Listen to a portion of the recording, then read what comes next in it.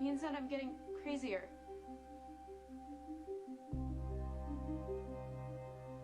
So much.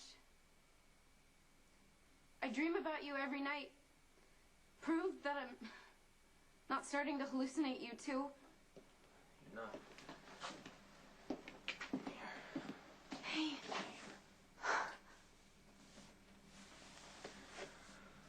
How have you been? Okay, Free. I don't know what to say. Lulu, I don't want to interfere with your recovery. It's not your fault that I got sick. This is something that I was born with. It's been inside of me. I want you to get better. That's why I can't come back. You don't have to listen to them. Your love makes me stronger. It's what keeps me going. I don't know what's gonna happen, Lulu, but I know I love you, and I want you to have a great life. Even if I'm not in it.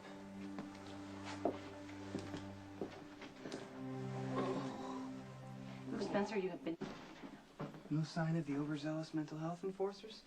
The Master of Stealth has succeeded in infiltrating... Certainly, there's not a whole lot of people trying to break into the loony bin. No offense. What are you guys doing back here? We came to prove to you that although you're not the most stable person on the planet, you're not completely bonkers, and you definitely didn't write those threatening notes to yourself. The Jackal has availed himself of a handwriting analysis program designed by law enforcement. How did you get access to that? Well, no system can outmatch the Jackal. Back to the subject at hand. Indeed, literally. As real as your suffering is, fair Lulu, and as varied its manifestations, it is not possible that you wrote this note yourself.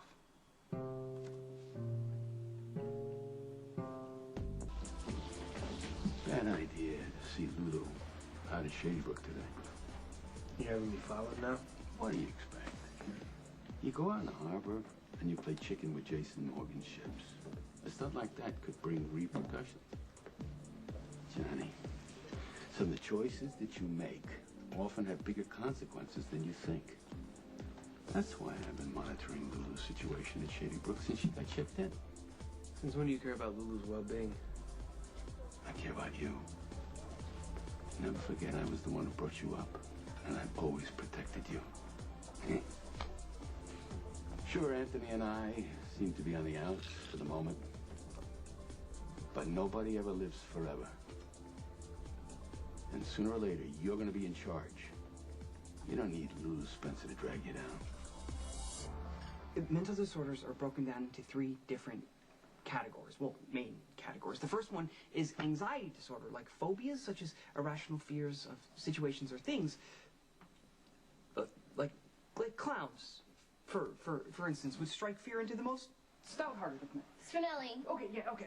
The next one is mood disorders, which is where your symptoms fall. Depression, fatigue, and in your case, I think an uncommonly big heart. See, I'm of the humble opinion that it is your depth of care and sorrow which has led to emotional exhaustion or a mental breakdown, but there's no sign of psychotic disorder, which is the third and most dire category. No schizophrenia or multiple personality. I guess I should be thankful for small favors. The point is, Miss Sorrow and Pity, if this is your one and only personality, then you can't be using handwriting that's not yours, right? Yes, it is most unlikely. If the blonde ones would gaze at the program that I've brought up here, it's a comparison of your handwriting with that of the infamous note, okay?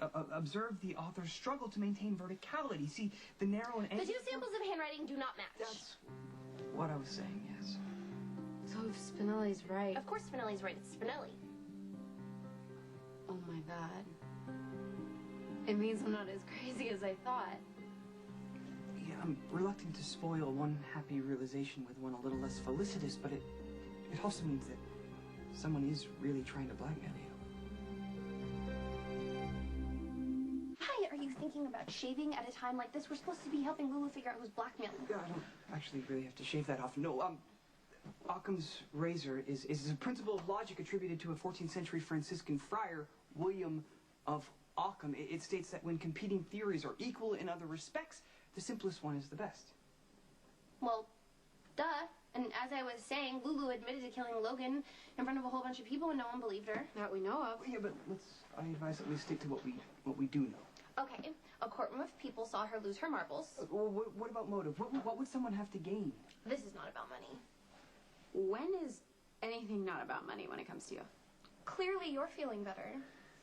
I'm sorry. I didn't mean. Yes, you did. But it's fine. I'm a true capitalist. I know a good business deal when I see it, which is why I think we jumped to a bogus assumption.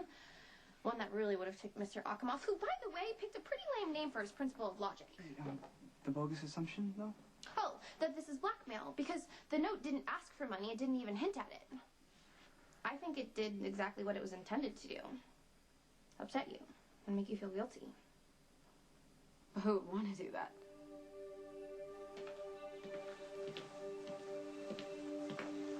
May I help you, sir? These notes to make me worse. It means they want you stuck in this place. Would you stop that? I'm centering my chi so I can eliminate unblemished thought. I don't hear you coming up with anything useful. Because you blocked my flow. Okay, no, that's okay. Look, I need some time to think about this. We all do. My therapist is coming in for a session soon, but there's something that I have to go do first. I vow I'll use all my power to discover the identity of the evildoer.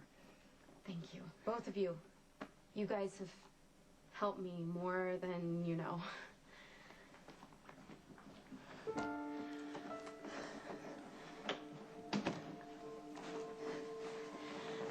Guess what? I think I'm finally getting better. Don't you go putting your lack of chi on me. Oh.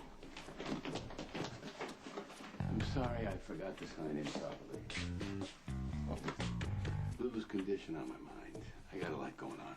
Completely understandable. Have a good visit.